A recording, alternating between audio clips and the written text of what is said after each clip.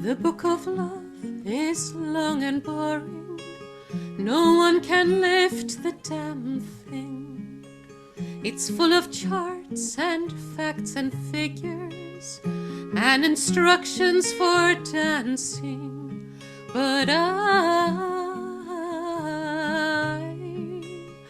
love it when you read to me, and you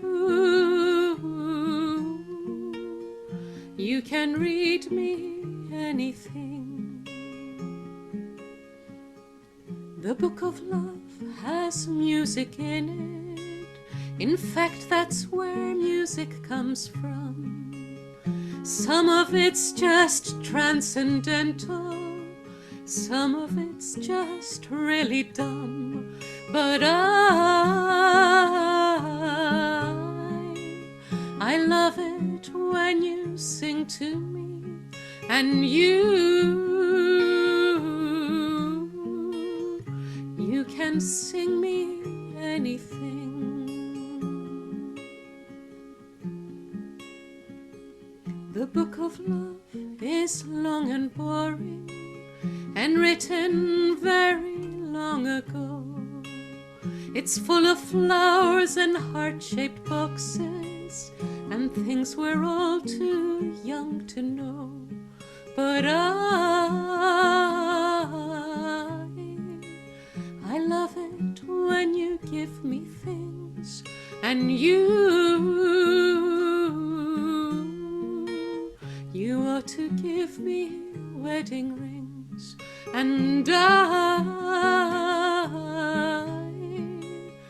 love it when you give me things, and you ought to give me wedding rings.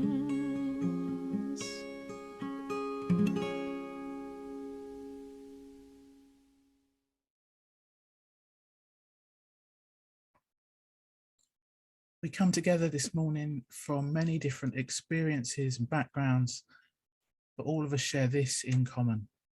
We speak the language of love. In the moments before our worship begins, and again when we return to the service of life, we greet one another with kind words. We chat about the days behind us and the days to come, and we speak the language of love. We lift our voices in song, not to sing perfectly or even in tune, but to hear and feel our true voices form a life-giving sound. And we speak the language of love. We form a web of compassionate listening when individuals among us embodying vulnerability name the fears that grip their hearts, the joys that buoy their spirits. We speak the language of love. At times, our voices clash. We disagree. Tension sometimes enters our voices as we make room for our differing perspectives. Yet through it all, it's our intention that we speak the language of love. In this congregation, we welcome a multiplicity of voices and we invite them to speak out loud. We prophesy, summoning the age when justice and peace will be evident all round us. And we speak the language of love. So let us worship together, making room for one another as whole beings, tender hearts, hungry spirits, curious minds.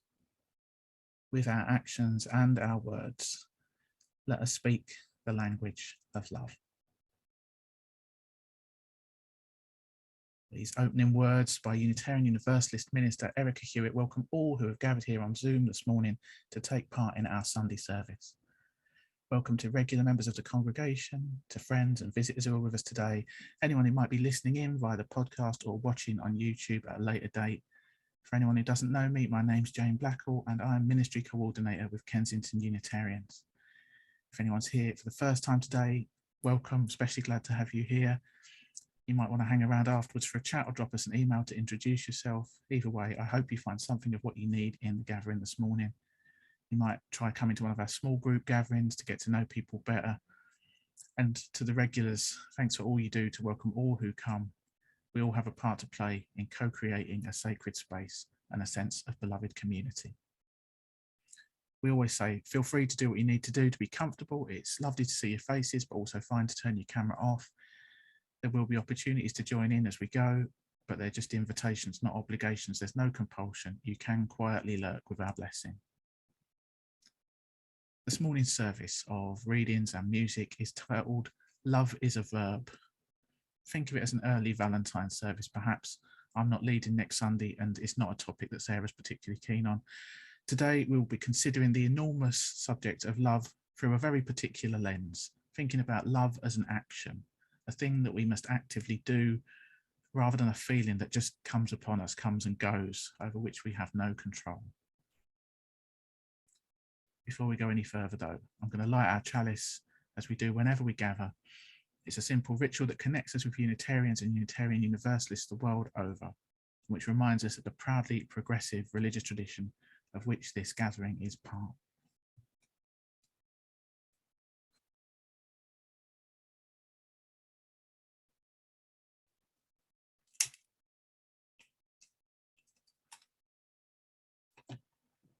Blessed is the fire that burns deep in the soul. It's the flame of the human spirit touched into being by the mystery of life. It's the fire of reason, the fire of compassion, the fire of community, the fire of justice, the fire of faith. It is the fire of love burning deep in the human heart, the divine glow in every life.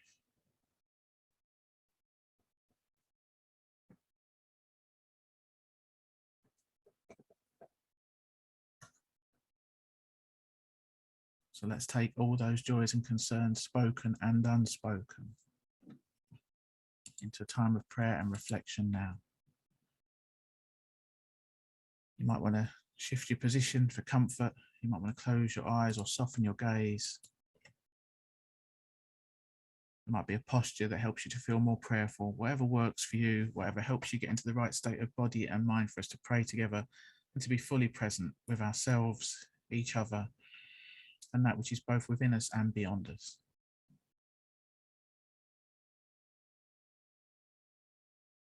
Spirit of life, God of all love, in whom we live and move and have our being. As we turn our attention to the depths of this life, cosmic mystery and wisdom that abides in all that is, we tune in to your holy presence, the light within and without. Be with us now as we allow ourselves to drop into the silence and the stillness that's at the center of every being.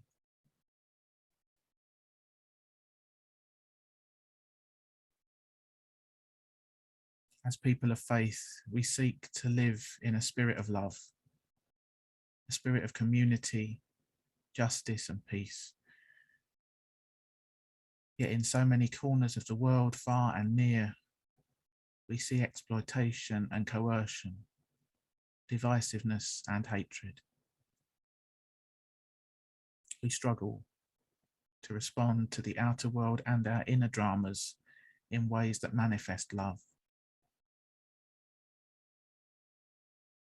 At times we may fear that love will not be strong enough. At times we may question whether love really is at the root of all things in a world with so much struggle and suffering and discord.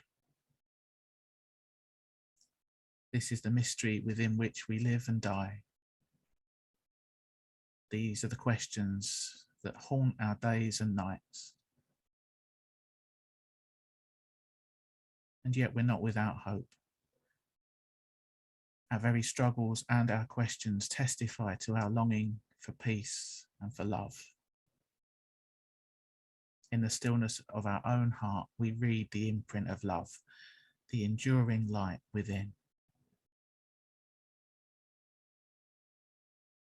May it keep our hope alive through the toughest times. May it guide us as we seek to act wisely and well. May it help us to be vessels of compassion for one another and for our world.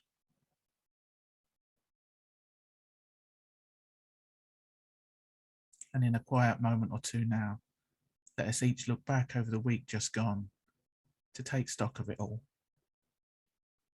The many everyday cares and concerns of our own lives, and those concentric circles of concern that ripple ever outwards, enfolding the entire world and all those lives which touch our own. Let us sit quietly in prayer with that which weighs heavy on our hearts this day.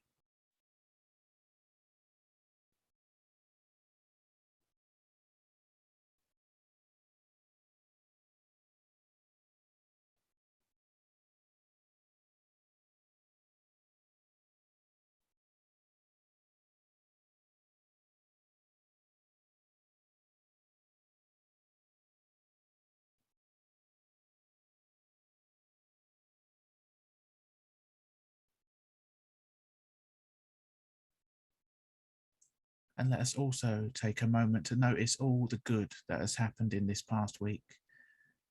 Moments of uplift and delight, beauty and pleasure, all those acts of generosity and kindness that we've witnessed. There is still a lot to be grateful for. So once again, let's take a little while to sit quietly in prayer and give thanks.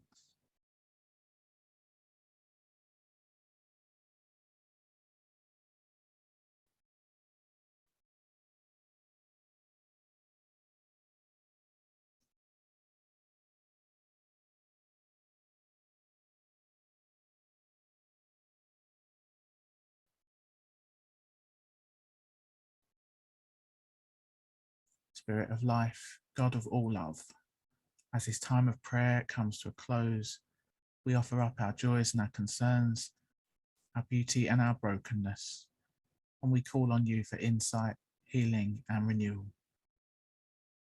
As we look forward now to the coming week, help us to live well each day and be our best selves, using our unique gifts in the service of love, justice and peace. Amen.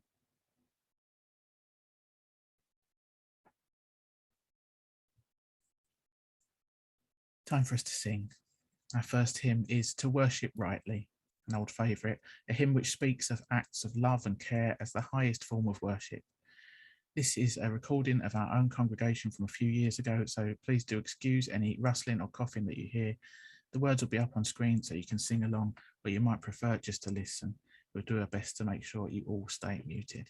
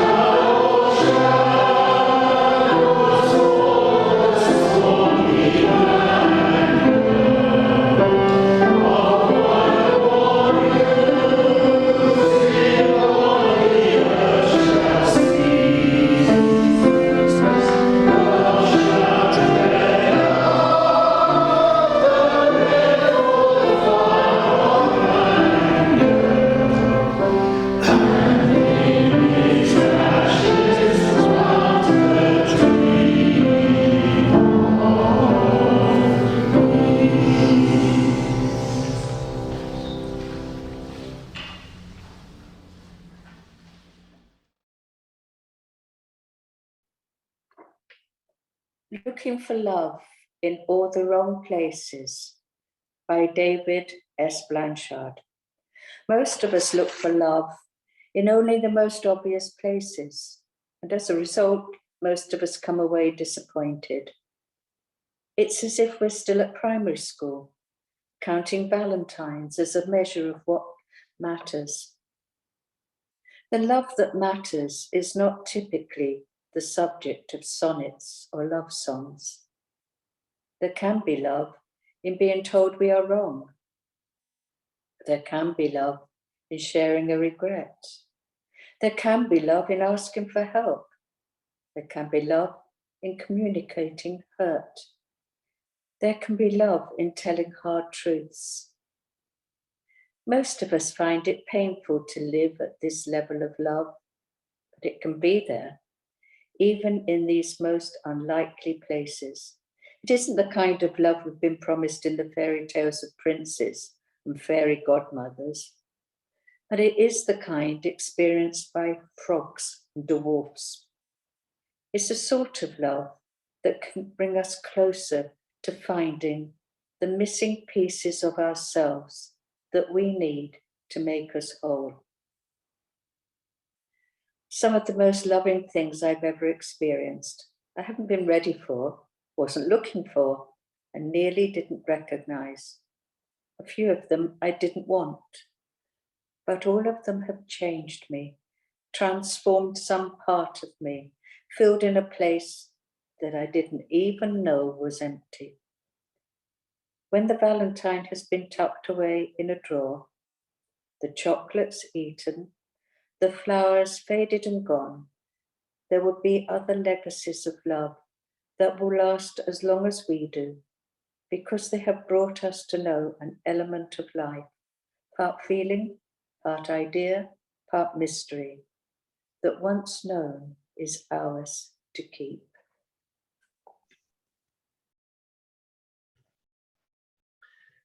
This poem is by a poet who styled herself U.A. Fanthorpe. And perhaps I should point out that there's a reference in the poem to an item known as WD-40. And I hope your DIY enthusiasts will know exactly what I'm talking about.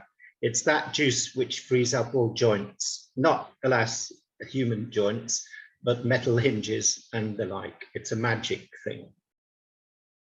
The poem is called Atlas. There is a kind of love called maintenance, which stores the WD-40 and knows when to use it, which checks the insurance and doesn't forget the milkman, which remembers to plant bulbs, which answers letters, which knows the way the money goes, which deals with dentists and road fund tax and meeting trains and postcards to the lonely, which upholds the permanently rickety, elaborate structures of living, which is Atlas. And maintenance is the sensible side of love, which knows what time and weather are doing to my brickwork, insulates my faulty wiring, laughs at my dry, rotten jokes, remembers my need for gloss and grouting, which keeps my suspect edifice upright in air, as Atlas did the sky.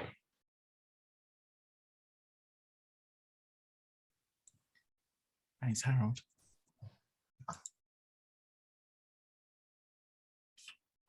So we're moving now into a time of meditation.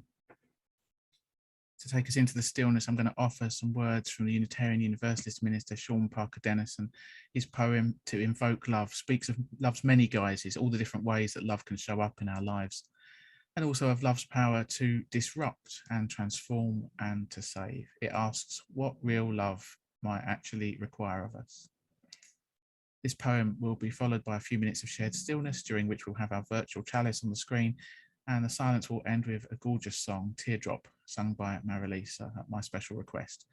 So again, let's each do what we need to do to get comfortable. You might want to get your feet flat on the floor to ground and steady yourself. You might want to close your eyes. And as I always say, the words, the music, the images, they're just an offering. Feel free to use this time to meditate in your own way. So some words from Sean Parker Dennison. To invoke love is to ask for a hug from a thunderstorm, to spill tea in the lap of the infinite trickster, to make the biggest, most embarrassing mistake of your life in front of everyone who matters. To invoke love is to never know if it will come softly with the nuzzle of a beloved dog, or pounce right on your chest with the strength of a lioness protecting her cub, her pride, her homeland. To invoke love is to take the risk of inviting chaos to visit the spaces you spent so much time making tidy, and watch as the breath of life scatters everything you've only just folded and put away. To invoke love is to allow for the possibility that your words and actions might become so empowered you can no longer believe in apathy or the self-righteous idea that nothing can change. To invoke love is to give up self-deprecation, false humility, pride, to consider yourself worthy to be made whole, willing to encounter love that will never let us let each other go. To invoke love is to guard against assumptions, take care with our words, and practice forgiveness, not as an ethereal ideal, but right here, in the messy midst of our imperfect lives. To invoke love is to approach each day and every person with wonder, anticipating love's arrival. Is this the moment? Is this love's grand entrance? Is this person the embodiment of love? Am I the one? To invoke love is to play the fool, the one more concerned with loving than with appearance or reputation, the one ready and willing to be vulnerable, abandoning anything that gets in love's way. To invoke love is to be ready to become love, here, now, in everything we do. Are you ready?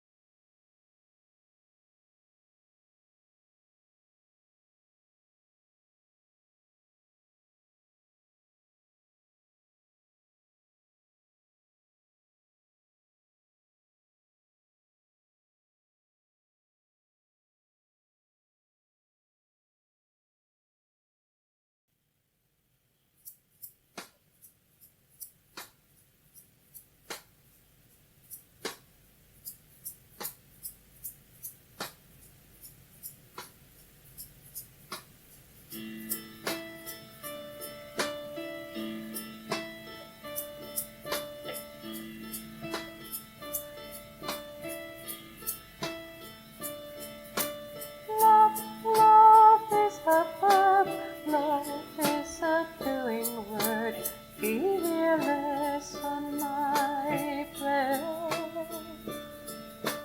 Gentle impulsion shakes me, makes me lighter, fearless on my breath. Teardrop on the fire, fearless on my breath.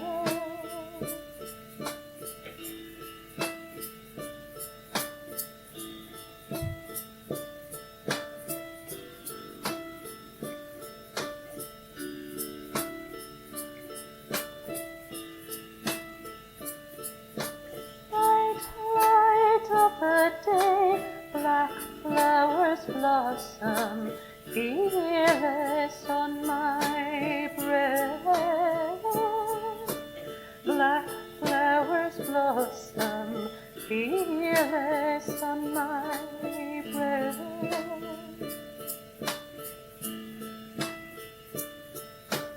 Teardrop on the fire, fearless on my breath.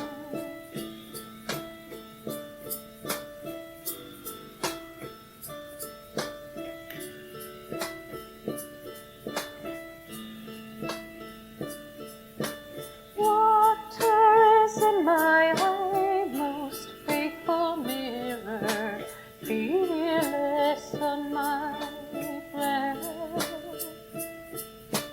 Teardrop in the fire of her confession, fearless on my breath. Teardrop on the fire, fearless on my breath.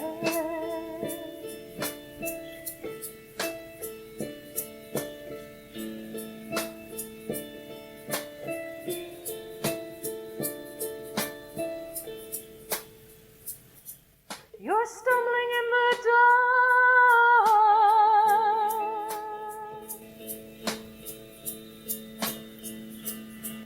You're stumbling in the dark.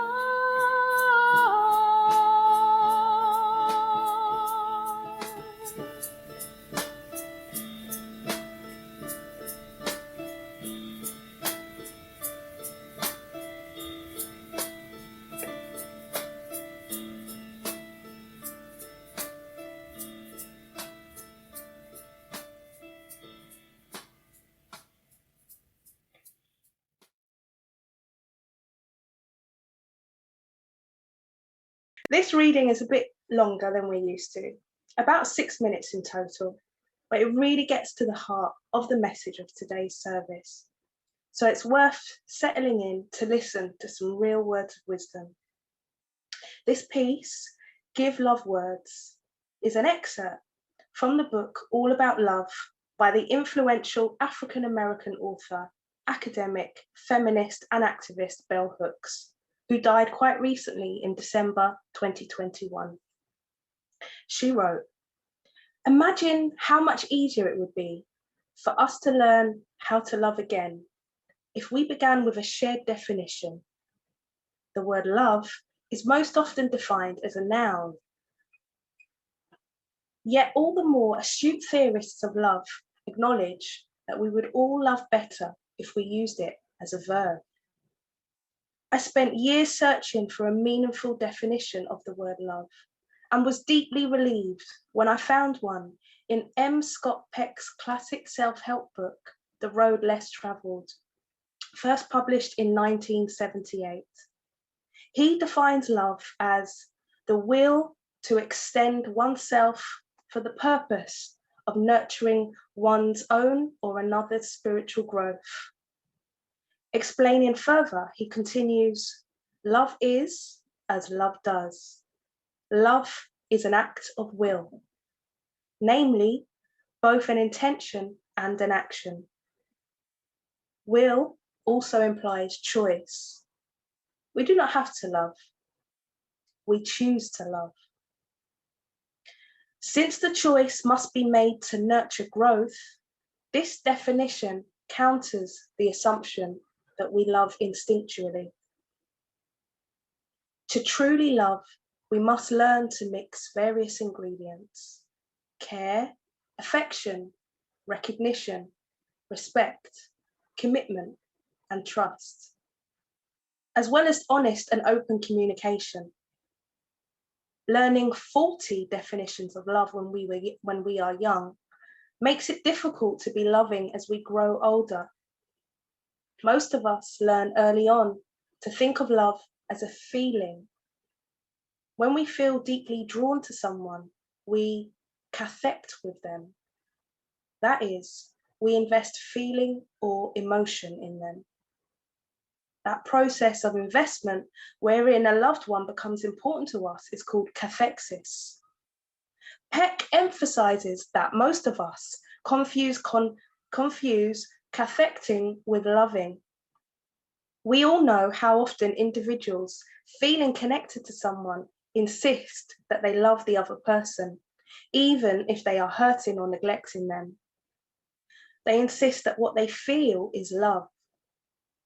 If we understand love as the will to nurture our own and another's spiritual growth, it is clear we cannot claim to love if we are hurtful. Love and abuse cannot coexist. The truth is, far too many people in our culture do not know what love is. And this, not knowing, feels like a terrible secret, a lack that we have to cover up. I'm grateful to have been given a definition of love that has helped me to face the places in my life where love was lacking. It still took years for me to let go of learned patterns of behavior that negated my capacity to give and receive love. Had I been given a clear definition of love earlier in my life, it would not have taken me so long to become a more loving person. Had I shared with others a common understanding of what it means to love, it would have been easier to create love. To begin by always thinking of love as an action rather than a feeling is one way in which anyone using the word in this manner automatically assumes accountability and responsibility. We are often taught we have no control over our feelings. Yet most of us accept that we choose our actions, that intention and will inform what we do. We also accept that our actions have consequences. If we remembered that love is as love does, we would not use the word in a manner that devalues and degrades its meaning. When we are loving, we openly and honestly express care, affection, responsibility, respect, commitment, and trust. Definitions are vital starting points for the imagination. What we cannot imagine cannot come into being. A good definition marks our starting point and lets us know where we want to end up. As we move towards our desired destination, we chart the journey, creating a map.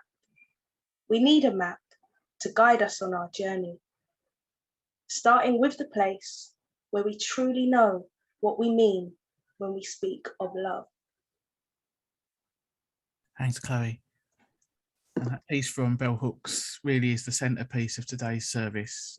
Her message that love is a verb and love is as love does, that authentic love must consist of more than a feeling. I should say, I do know that was a long reading, and it's a good moment to point out that all our readings, all the text, the full service is on our website every week just before we start the service. So if you ever want to follow along or go back and reread a piece again, they're all there for you.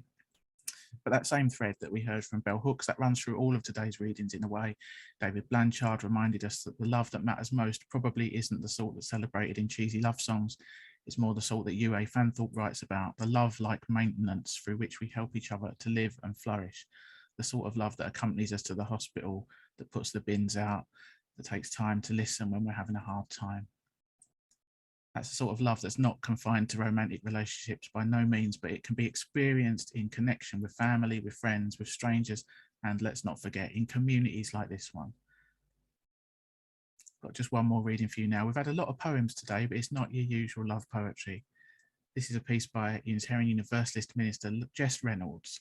It uses the central image of a wooden box, a box made of cedar, in which we might tuck away and treasure all the many ways in which we have been loved.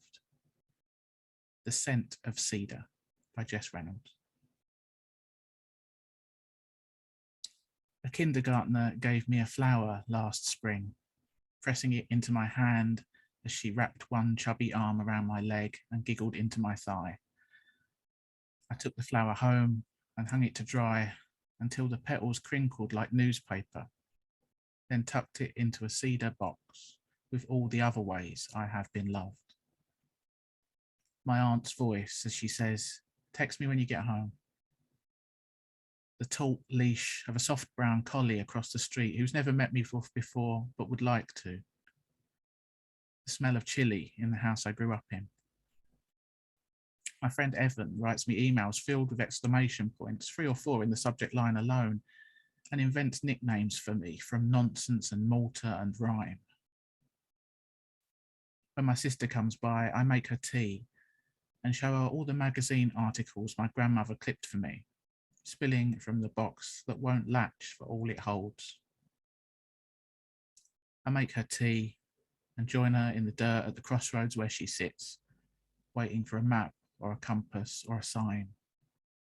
I make her tea and I tuck an extra tea bag into her purse for her own cedar box and pray it runs over just like mine does.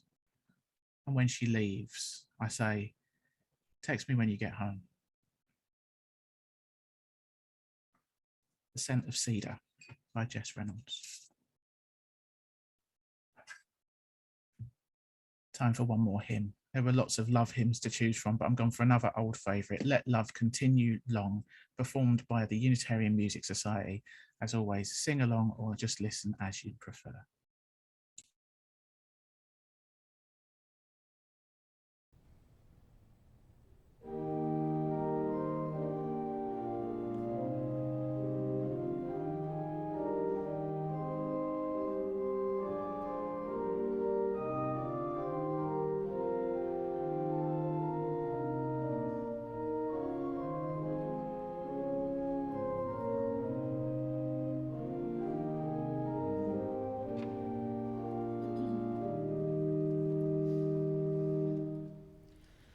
Let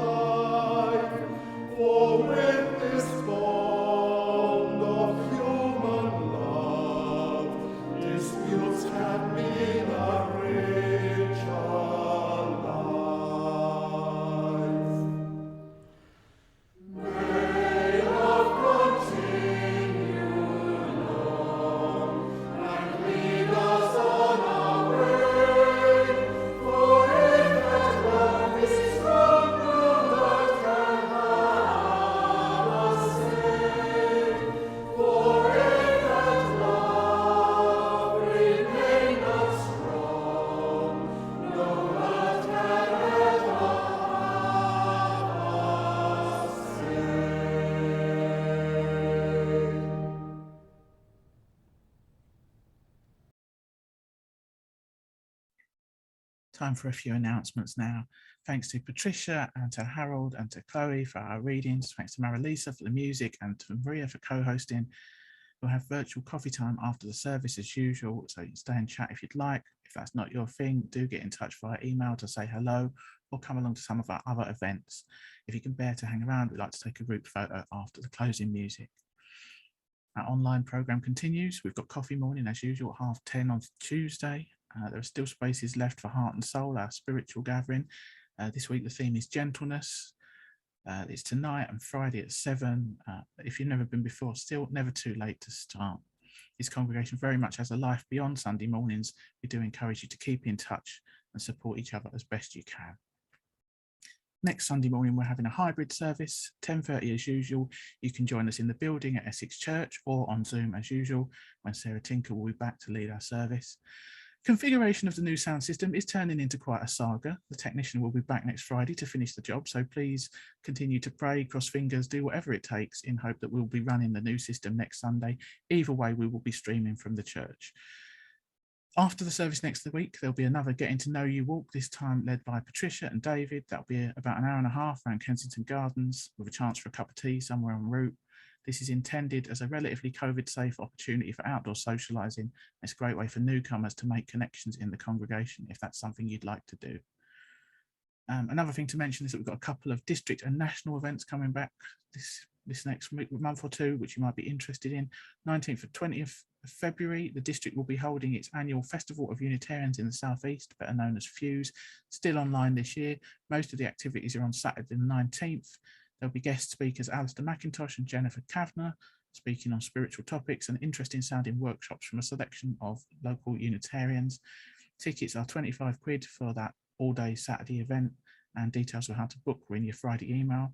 Looking a bit further ahead, the national organisation, the General Assembly of Unitarian and Free Christian Churches, will be holding its annual meetings at the Hilton Metropole Hotel in Birmingham from the 19th to the 21st of April. Registration is now open and will run throughout February. There are some subsidised places for newcomers and under 40s who couldn't otherwise afford to go. The programme isn't out yet, but there's usually a mix of business meetings, debates, workshops, worship, and lots of time to socialise with Unitarians from all over the country. Details of that are in the Friday email too, and we are looking for a couple of delegates to go on behalf of the congregation. So if that might be something you're interested in, do get in touch and we can have a chat about that. I think that is everything. So we've just got our closing words and closing music now. I invite you to select gallery view again at this point so that we can all see our gathered community as we close.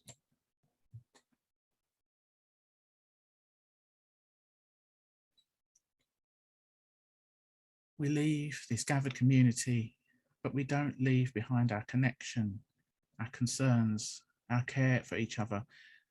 Our service to each other, the world, and our faith continues.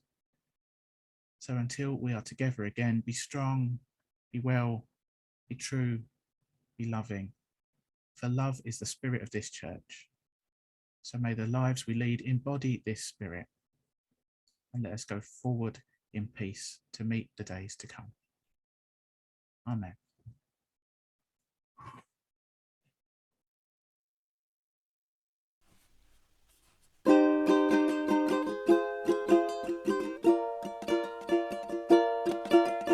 Love is a thing that I can't describe. It sounds so foolish if I even try. Love is an arrow and it points at you. It tells you what you gotta do. Love is a verb and a noun as well. You find it in a dictionary under L. To give you a description, to spell it out, but they don't say what it's all about. Love is a fire that you can't control.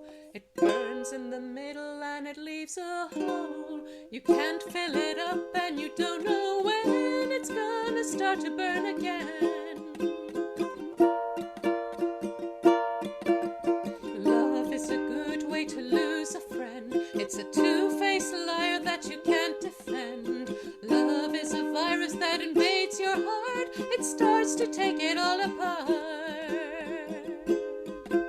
Love is a shape that you can't define. spine, with an odd set of angles and uneven sides. Your head's that paper and your heart's that pen. Gonna do this some again. Gonna do this some again. Do this some again.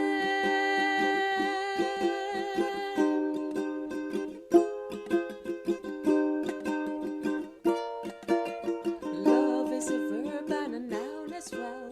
You find it in the dictionary under L. Love is an arrow and it points at me. It tells me how it's gonna be. It tells me how it's gonna be. It tells me how it's gonna be.